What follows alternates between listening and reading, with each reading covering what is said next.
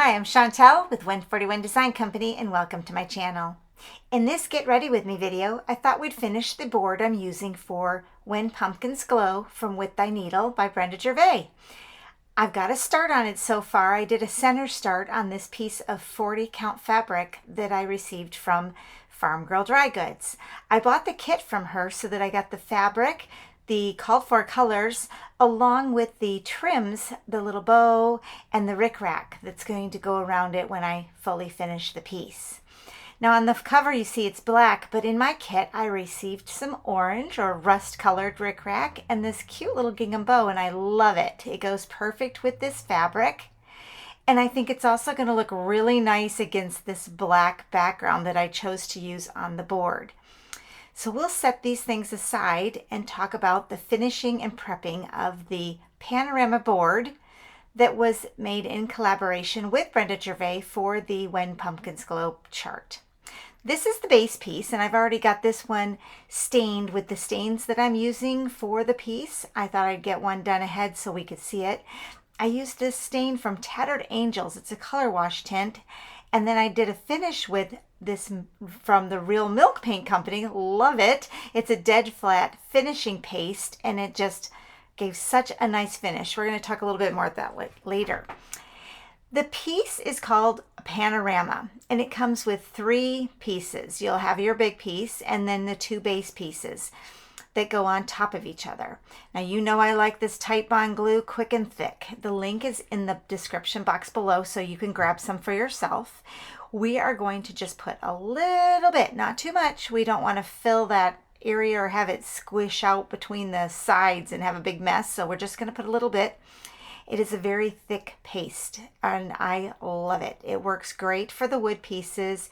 It is water soluble, but it will set up very nice and fast. So all we're going to need to do is a quick little finger press when we glue our base pieces together. That is plenty. You can see I don't have too much. And then what I do is I line it up just right with the base. They are cut exactly to size, so they will line up perfectly. And then with my fingers, just feeling those edges and keeping it flat on this flat surface. And then you'll see I'm just kind of finger pressing, I like to call it, the pieces together. So that will squish them and hold them together. And you can see I don't have any glue coming out because I didn't over glue. If I did, a baby wipe is a nice little tool to have on hand so that you can just kind of wipe that excess off.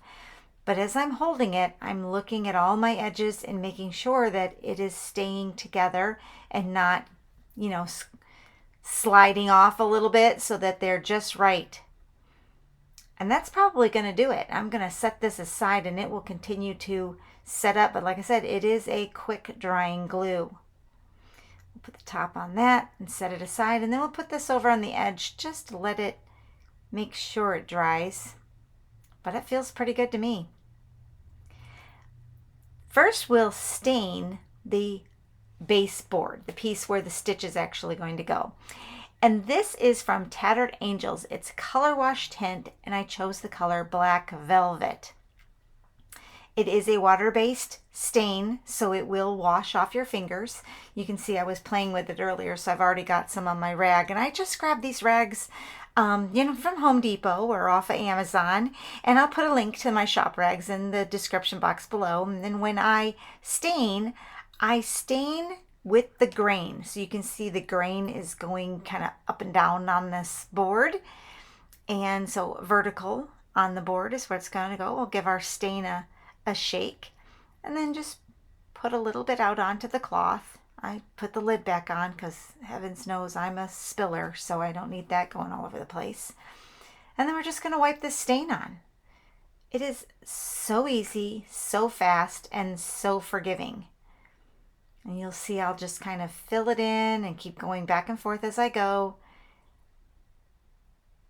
And make sure I don't see my tool marks, basically. So the rag that's leaving the marks in the stain, I'm going to keep going over that and wiping it out so that I don't see that drag mark from where my rag was leaving streaks in the board, and we'll just smooth that back out. Kind of go a little slower. I think I was shaking the table a little too much there. Whoops. Let's get that buffed out. There we go. A little bit along the edge. Look at how quick that was, guys. We can still see some of that really cool grain that's in the wood, but we've got this nice black velvet touch. Yes, I should have used gloves, but like I said, it is water-based, so that's going to wash off my fingers later. Get a little bit more so we can do the back side, because even though the front's not quite dry, it's dry enough that I can flip it over and go ahead and do the back of this board. And it doesn't get all over everything. It absorbs into the wood really quick. As you can see, I have to kind of keep applying more to the rag as I go. I think the bottles are about $2.99 and they last for quite a while. And you just need that little bit. So you're going to get a few things stained with that little itty bitty bottle, that's for sure. Especially since our boards aren't that big of a surface area most of the time. And I like them too because we're not over applying any water, so we're not going to cause any warping. But usually when you are applying a water-based product to the wood pieces, it is a good idea to do both sides. So whatever you do to the front, do to the back. That will help stabilize the wood and keep it from warping and getting all wonky. But see how dry that is already? We're still going to set it aside and let it completely dry. Now when you're using your wood pieces, you will see that there is an A side and a B side to them. So, and we do send them out sanded to you, but the B side of the board is usually a little coarser, a little rougher. That's that back side of the bigger piece is what you're seeing is what I'm calling a B side. And that might be also where you find, and maybe a wood knot will be visible. Things like that will be, and that's kind of the back side of the board. Now I glued them together first, the two bases, because I didn't really need to stain both sides. You see that? So that's why I went ahead and glued them. And then I can do the edge, and if I saw any separation between the edges, which I got these glued together pretty good, so you don't really see any separation there, but I can fill any separation with the stain and just kind of, blend that. So that we don't see two pieces, we see now one piece of wood for our base. Do the bottom of it. And it is, I'm not going with the grain on this, but it is the bottom of the board, for heaven's sakes. So we're just going to wipe it back and just make sure we don't see our tool marks. So we're going to buff that out. Oh, I think I have a lot on my rag right now, so it keeps kind of marking. So I've been folded it over a little bit so I could use the drier side. But there we go. And if you find that you've put this particular stain on and it's not as dark as you'd like it, obviously you can go back over it again. So just let it dry and then hit it with another coat of the stain. I'm going to heavily distress mine, so I don't really want a lot of dark stain on it anyway because I'm just going to be sanding it back off. I wanted a very light, more of a grayish look, I guess, to the board than a dark black. So there we go. We're going to let these dry, and we're going to talk about distressing now. So that's why I have that other piece already dry and ready to distress. I've already distressed this top portion, and I just grabbed one of the, you can see the edges have been distressed and the front has been distressed already. We're going to distress the back side. When you put the water-based stain onto the wood, you're going to feel a little bit of roughness because it'll raise the grain a little bit. I'm going to use this 120 grit sandpaper. This was just a piece off of our sanding, so after our sanding tool, so I'm just going to reuse this one because it's not good enough to stick on the thing, but it's good enough to sand with my fingers. So what I'm going to do is go with the grain, and I'm just rolling over the edge. So you can see I'm kind of going up and then rolling my fingers over the edge of it so that that hits the edge and pulls back the stain and distresses it. I'm doing it this way versus going across to the whole strip. So you can see, I just like the way that's working better. Instead of this, I'm doing this. See, and that's showing you just kind of a rolling it over, and then I flip it around and do the other side. this is also working with the grain so that we can maybe alleviate some tool marks again. So, because if I went the other direction, I think you'd see more of my sandpaper marks. Oops, I'm gonna put that back around. There we go. And keep doing to the edge of that. But you can see I sanded across the whole thing straight up and down like that with the grain, just to remove some of it so it's more of a gray tone. There is dust obviously coming off of that now, so we're going to do the base just the same way. I didn't need to, but I thought I'd show you how. Now, distressing is a personal preference, so the other board, maybe that's the way you love it, leave it that way. You don't have to distress it, but I love that distressing, especially for a fall piece. I found that, you know, distressing, and it's just kind of, you know, spooky a little bit, I guess, with this vibe that we're going with our little pumpkin head people and when the pumpkins glow. I think it's a fun little stitch. The board is the size for a 40 count fabric. I will talk about that right now here. You could also probably use 36, but 28 and 32, your stitch is going to be too big for this board. So that's where we are with that. We might come up with another one for those, but right now this board is designed for the chart to be stitched using a 40 count or 36 count fabric. So we're just going to buff off any of that extra dust, because now we're going to apply the dead flat finishing paste. The finishing paste is from the Real Milk Paint Company. I will have the link below. I love this paste. It is, again, dead flat. Love it. And it's very easy to apply.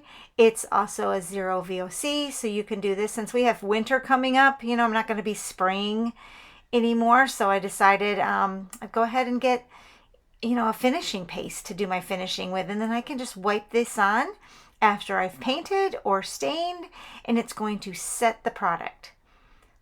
Isn't that yummy? And there's no smell to this, guys. It's so nice. I'm just going to use a little bit off the top, and I've got a clean portion on my rag here.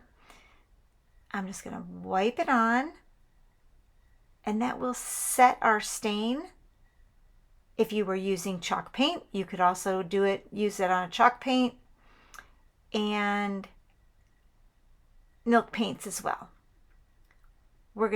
That's a little spoiler alert for you there. We're gonna start getting into using some milk paints with some of our boards because I love it. It's kind of a blast from the past with the furniture finishing days, and I thought we need to get ourselves some milk paint and start playing with that. So coming soon, guys, coming soon. But the Real Milk Paint Company is fabulous. Loved it. And I've worked with them many times before, so I thought we'd get some of their products and start playing. Look at that. And this is going to leave a super nice, smooth finish once it sets up and cures, and we give it a buff. We're just wiping it all on. Really easy.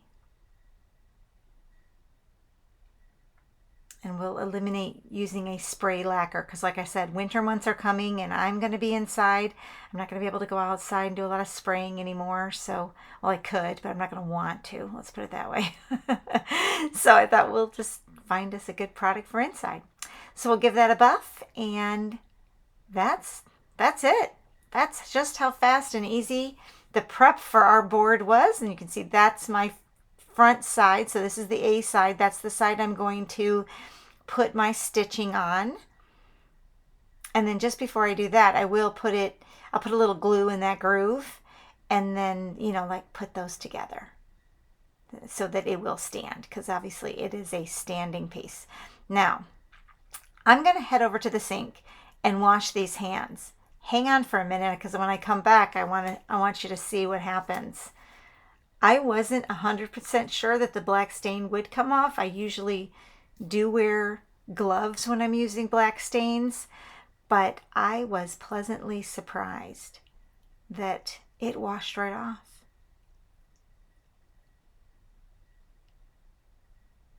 I love the way this board is looking. And I kind of like this idea of getting it prepped. Even though I just started the stitch, I figured I had a minute tonight. I knew which board it was going to go on, so I might as well get the board ready, take a break from my stitching, and then go back. Oh, there we go. Ta-da! All clean. That was just with soap and water, and it took this wash right off my fingers. So I highly recommend this, and like I said, I will link it below so that you can grab that. It does come in other colors. And now I'll get back to my stitching so that we can get this cute little guy on here. I think that that center guy would be cute too, just to stitch the two of them. And they might be great stitched on, you know, a lower count fabric. Thanks for watching, and if you like this video, would you please share, like, comment, and subscribe, and hit that bell for notifications so you'll know when I do the next Get Ready With Me style video.